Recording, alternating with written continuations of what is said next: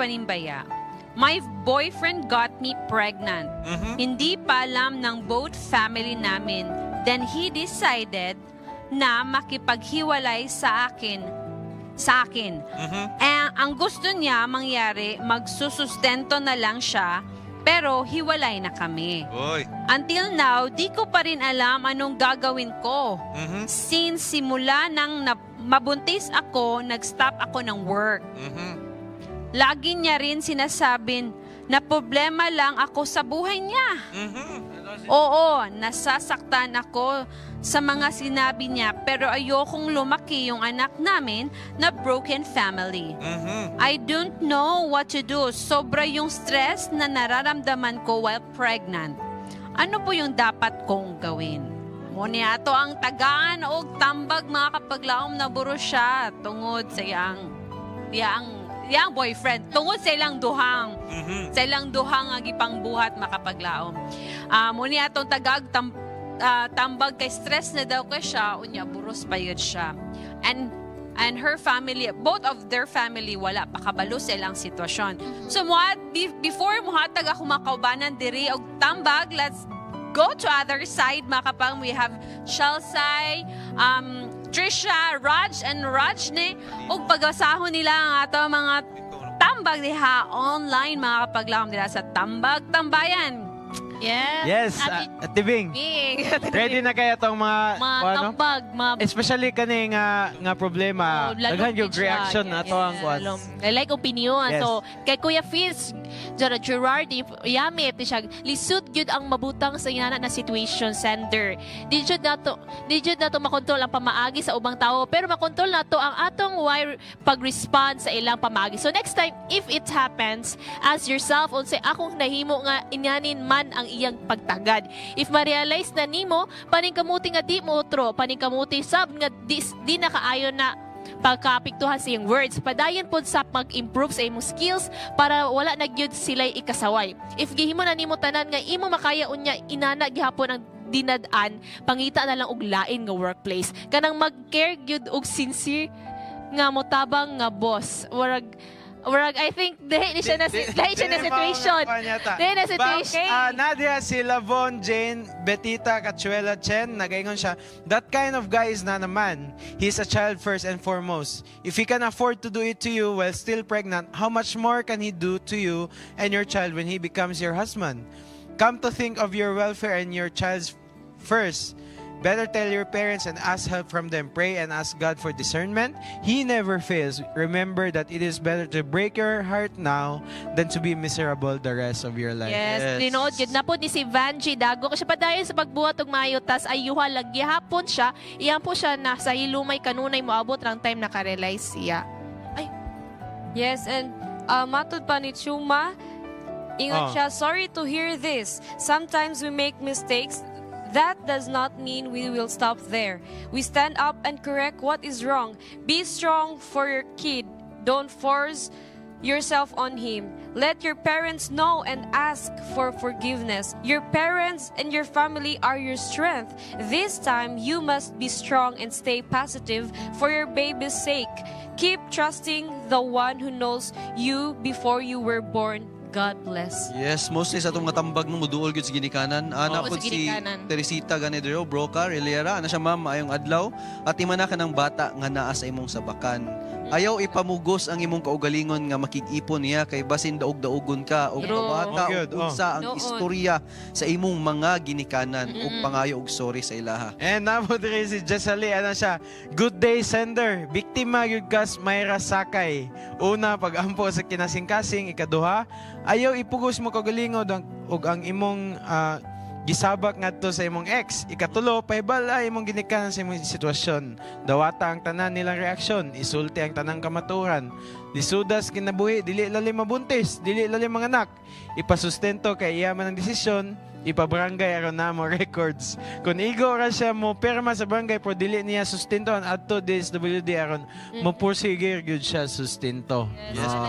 Kay di lalim nang una sitwasyon eh.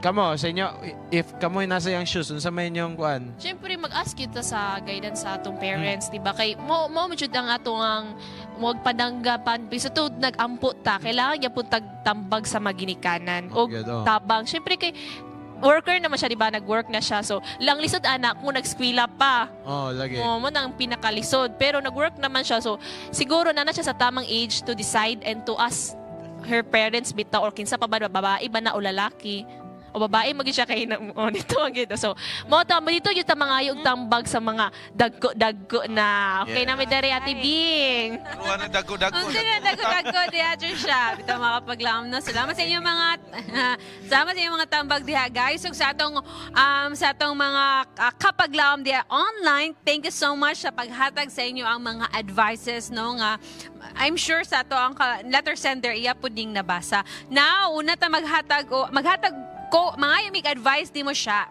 Isip babae, what if you're Ingon daw ni kuan dago-dago. dili makainid ako si Sharon. Dagko kayo ko. Pero normal akong BMI. Bitaw. Ang ako rin yung matambag sa yate is face the reality. Kay naa naman na, dawatan na lang. Dapat sa imo ang self, imo yung I'm not so sure if it's safe to say nga pugson gyud mo imong kagalingon nga dawaton gyud og unsay real nga situation karon kay masipag unsaon di naman na nimo na mabalik.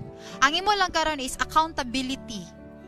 Kabalo man ka sa imong gisudlan, kabalo ka sa imong gibuhat. So kabalo gyud ka unsay posible. Katong pagbuhat pa lang nimo adto, kabalo gyud ka unsay possible Unsay paingnan. Unsay paingnan. So dapat accountable ka sa imong mga actions nga gibuhat in the past. Since stress man ka kay wala kay work tapos ing anang nahitabo nga sustentuhan na lang, ayaw pugsa nga mahimong whole ang family nimo. Tungod kay ang lalaki nag-ingon naman nga dili siya. So dili ayo na gyud pugsa. Mas stress ka kung ipugos nimo ang Yeah. ang usa ka buta nga Mm. ang usa ka tawo yan nag-give up na. So unsa pa man ang imo ang gipangita nga nagingon naman ang lalaki nga sustentuhan lang ka. Work na lang nga maistorya pud nimo ang ginikanan niya o ginikanan pud nimo at least naay mutual nga agreement ug unsay ika maayo sa bata. But as to wanting to have a whole family, ayaw na tana. Just be accountable of your actions. So ana ra akong tambagya. Maybe no kana iyang wishful thinking ba nga kanang gusto niya nga humahol iyang family baka ma-fulfilled na sa lahi na lang Yes. nga lahi nga lifetime. I mean lahi nga Nga lalang tao. tao. Oo. Maybe kanila nga sitwasyon niya karon sa gyud di siya ka lesson Yes. nga iyang ma-learn no nga sa atong mga action na gyud na equal reaction or consequences or dapat mo take you tag responsibility. Dapat sa mga kabatan-unan diha no nga nagpasagad lang sa ilang kaugalingon na kuyawing. If imo inani nga sitwasyon ba? Mo nang gitawag nga mag-move on na siya. Kay giina na po siya problema kay kasakong kinabuhi. Mag-move on na gibagay ka niyo sa lalaki. Dili naman wa man nagkamo. Mag-move on na ka unya mirisi nimo. Mirisi nimo. Mirisi ginani mo. Kaya mga parents mo tambag man kina sila dili magungana. So imo man ang gihimo, so imo na nga tubangon. Ug sa kuway mo man to mag-istorya dito sa kwan. Bikas ginikanan. Dili na. Para lang sa sustento. Oh, dili Oo. na. Mirisi nimo. Pang imo nang agwantahon. Total dili naman pud ikaw na ungana. Oh. Yeah. Mao nay problema sa mga batan-on nga magsulod-sulod gani mo problema nga mga ungana unya magpatabang na dayon mo. Sa nagkamo-kamo ra didto, di ba? Wa mo na nawag nang hanggat. Wa mo na nawag. So paningkamot si mo kagalingon nga mabuhi nimo na unya dili naman pud ikaw na ungana. Kita nimong uban na ungana pero nag-success man sila. Success Yeah. na silang kinabuhi, naningkamot sila. Yeah, So, katong giingon nimo kuya nga dili lang siya nagatubang dili inadaghan man daghan. nag-agi inana Oh. pero successful sila. Successful sila. Pero ang ako pong tambag sa uban nga wa panungana, ayaw ninyo na buhata kay pag wa may pagbasol nga maguna. Yes, Kay kung magbasol ni True. maguna tanan, walay sipiat ba? Tinuod. Oh, walay sipiat. Correctahan. Oh, kay mirise. Agwantahon nimo na. Pero i-think lang pud ni ate nga dili lang pud ni end sa iya ang Yes. no kay basin man gud tungod kay lugmok na kay siya kay stress na kayo siya makaapekto man pud gud sa bata. Dili Yeah. na siya. Her situation today doesn't define her Or future as well. Yeah, Yes. no? Yun You sa can bukas make sa siyang a mama. wise decision. Ibunalan the sa future. siyang mama. Upaman niya, upaman siya. Maybe, Opa? pwede pod nga, ingon man siya nga, wala pa daw niya nastoryahan ang both families. Wala kabalo. So, pwede nila i-open ni nga sitwasyon sila. No? Istoryahan. Atong pamilya man jud atong ginikanan ma-disappoint jud na sa atong mga action. mabunalan Pero jud they ka. will remain, they will still love you and support you, I believe, mga kapaglaom. So we have Pastor De Vera. Pastor, unsay iyang pwedeng pwedeng mabuhaton kay stress Thank na you. gid siya. Thank you. Pastor Raymond. Daghan naman kaayong tambag-tambag we heard earlier, no? If you're going to ask me, wa ko'y tambag ihatag anak. Why? Bisa pag unsang tambag ihatag ninyo, bottom line, it will depend on the person. Ang tagtungod mismo. Alright?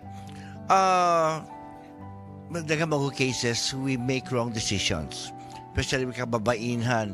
Ang kababainhan, sila gid ang kanunay alkansidere. Okay? Of course, you can demand for alimony, child support. Yeah, but if it does not work out, what do you do? So bottom line is, lagi sa tao, what would she do? You know, first of all, wala kabalo ang iyang ginikanan, right? Yes, Well, the Pastor, first step she should take is istoryahan ang ginikanan. Kaya at the end of the day, ang ginikanan nimo ang imong kampi. True. Let me give you a example na may daghan na doon sa kuha. There's a parent, only girl, duha na may ilang anak, laki bayi. Okay? O niya, nursing, dako kay gasto. All of a sudden, Nabuntis. pregnant. So, gahila ang ginikanan sa ko. And said, Pastor, usay mo Pastor. And said, mga igsoon, karon panahon na, nagkinahanglan inyong anak sa inyong pag-amuma. Yeah. Dawata. Naa naman na. Kay anak pa ninyo na. Anak-anak palayaso ni mo na. You know? This is the time your daughter needs your help, your support, and above all, your acceptance. You know? And besides, no? Inyo na mention kaganina, kining mga wrong decisions, that is not the end of the world. Yes. Stand up. You know? Do not lose your pride. Stand up. Do not lose your person. Kay usahay mo wala kita paingon, dugbong na ka, so on and so Ending na jud forth. ni. And I know also some cases nga naghikog lagi. That is not a solution at all. We need to face life as it is.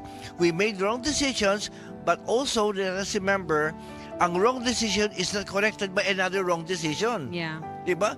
Make the right ones. Yeah. All right?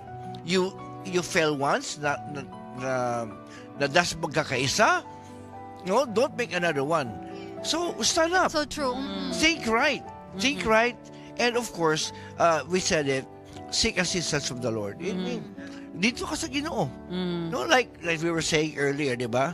Shar, we were talking about this. At the end of the day, wa kailangan padagpan ang Ginoo ra gayon. But by the way, let me also give this principle. If you ever make a decision, be sure you stand by it. And I will tell everybody nga na dire, maghimo gani kang decision. Ayaw paghimong decision nga imong forever mahayan. Oh. Make the right decisions. Because bottom line, it depends on the person. Walay amount of tambag or whatever advices or what, because bottom line na ang gina sa tao. So if I were to interview that person, ang first ako pangutan sa iya, okay, this is your situation, this is where you are now in the low position, what's your plan? What are you going to do for yourself and for your child? No? Oh, what's your plan? Ana lang ka, masina ka hinuktok din na, mahay-mahay. It's useless. Thank you so much, Pastor De Vera, makapaglaom. You remember siyang ingon, kung kapilat, kung nadagma man tagkas, mo bangon tagkaduha. No, and always seek assistance sa imo ang ginikanan. You can share that problem, that burden sa imong ginikanan, no? And of course, makapaglaom, seeks assistance sa Ginoo. Okay, siya lang pud ang makatabang sa ato ang makapaglaom sa sitwasyon, sa imong sitwasyon nga imong giatubang karon.